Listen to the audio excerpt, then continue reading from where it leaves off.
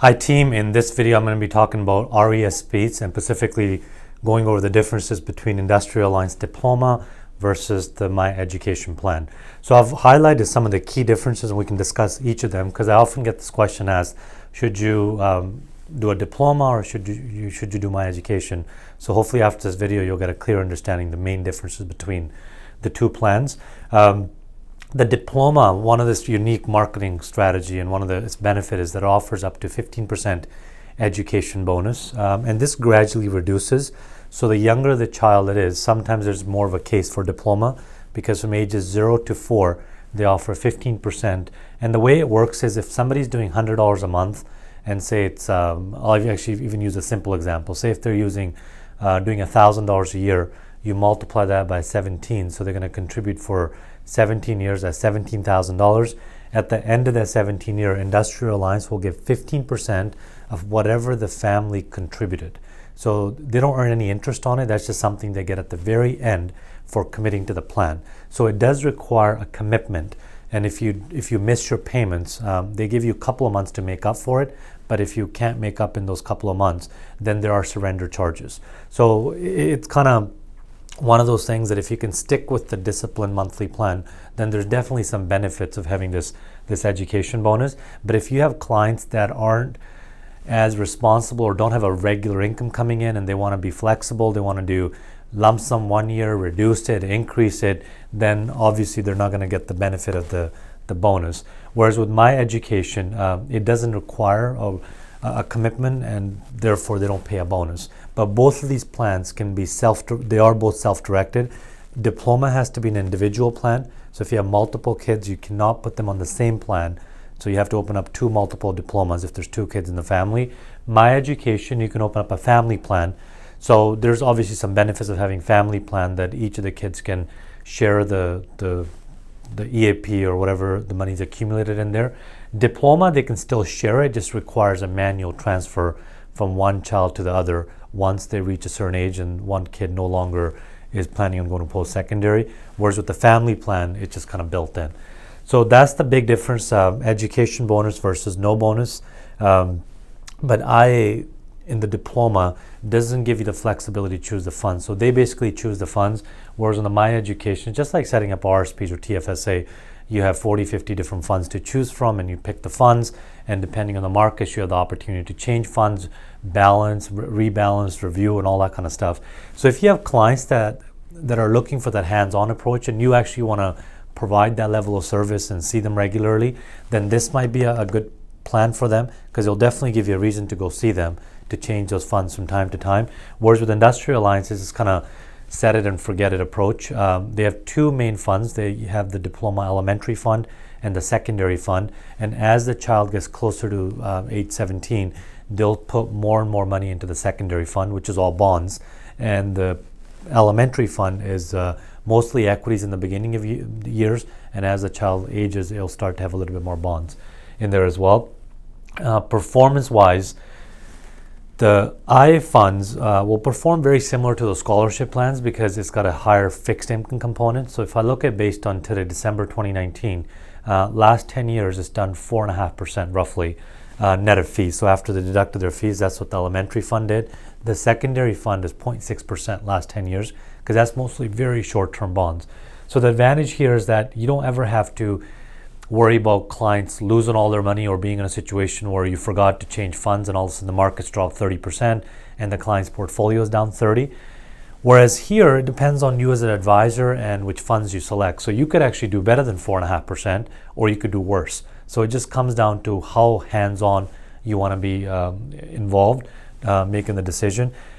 But one of the things is with the diploma, it does offer higher management, or actually does have higher management fee compared to the My Education, and part of the reason is because they're giving that education bonus. So depending on the fund that you select here, could be an upward of 1% extra MER you're paying here. So if a client is not going to qualify for the full 15%, it might not be worth it for them to pay the higher management fee. So the older the child, the less there is case for a diploma. Like a 14-year-old is getting 1% education bonus, yet they're paying the higher management fee from 14 to 17. So you want to keep that in mind as well as how young the child is.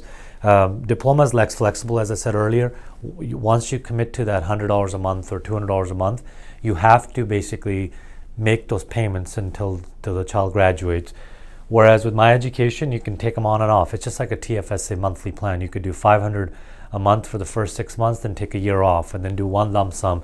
You don't get penalized. There are no surrender charges for stopping your monthly commitment, where there are surrender charges. And the way they work is typically whatever you're contributing, and if you decide to change the plan or transfer the money out or stop making those contributions, the surrender charges are usually half of your monthly contribution multiplied by 18. So you have to keep that in mind as well, because the last thing you want to do is get a client that's looking for hands-on management, and let's just say they have other investment portfolios, you're going to be seeing them on a regular basis anyways, then it might make sense to do My Education. But if you have a simple client, it's like one transaction and they don't really comprehend the markets, and they might not be comfortable, or they might not even be available to sit down with you once every couple of years, then Diploma might make more sense, because you can't go wrong. You can't have a negative 30% year. It's designed to really do around 4% over the course of the RESP. They're both self-directed, so what that means is they're very different than scholarship plans. Those are group plans. Group plans is when you take the money out, you have to not only follow the government RESP withdrawal requirements, you also have to look at the company. So some of the companies out there require that for you to get the full benefit, a child has to go to a 4-year program. Whereas with self-directed plans, you just go with the government regulations, which is if a kid is in school for 10 weeks, they can get up to $5,000 of their EAP. You can take all the contributions that the parents have put in right away. And if they're enrolled full-time in the second semester, they can withdraw the whole thing and collapse the RESP plan. So it does have that flexibility on either side, whether you do Diploma or My Education. So that could be your competitive advantage when you're comparing with scholarship plans, that the amount of flexibility that you have, especially on the My Education side. And the last thing to keep in mind is the compensation, which shouldn't be a huge determining factor, but in case you're wondering, the Diploma offers an upfront compensation. So if a client commits to $100 a month, you're going to get paid a lump sum, a multiple of that. It's like life insurance. You do a premium and then you get paid upfront, typically the first year comp. So similar the way it works on the Diploma side. My Education is just setting up a monthly plan. They do have multiple options. So if you had done the chargeback 5 option, so any contribution that goes in, it does pay out a 4% gross. And the client isn't tied to any DSC schedule, but it's whatever they put in for that year. So if a client is doing $1,000 a year, and even if you get the 4% gross compensation, that's going to be $40 for that year.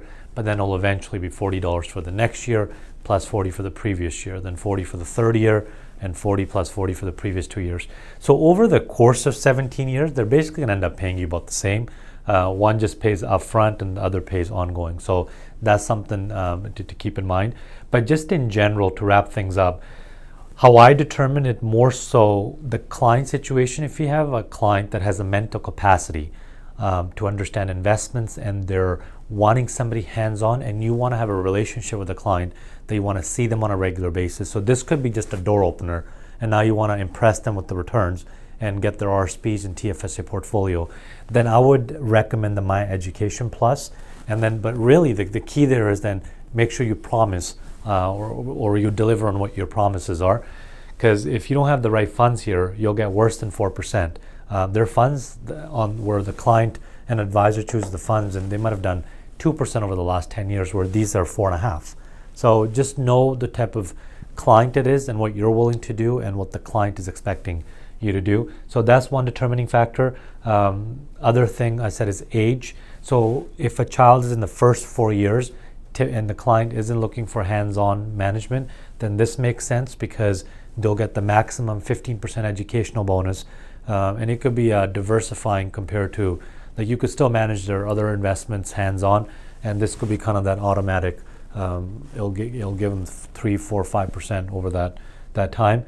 So those are the main 2 things that I would look at. And then the third one, I guess, just comes down to flexibility, what type of client they are. So are they the type of people that have regular jobs, would have no issues contributing monthly, or do you have a self-employed individual that has, Some years they do phenomenal, they have great income. Other years they might not have such good income, and they just don't want to be tied down to a monthly contribution. So with those people, I'd be leaning towards the My Education. Or if somebody has a multiple kids and they want to put everybody on the same plan, or if you're transferring a family plan from the bank, and then it just makes sense usually to transfer a family plan to a family plan, and then My Education would make sense.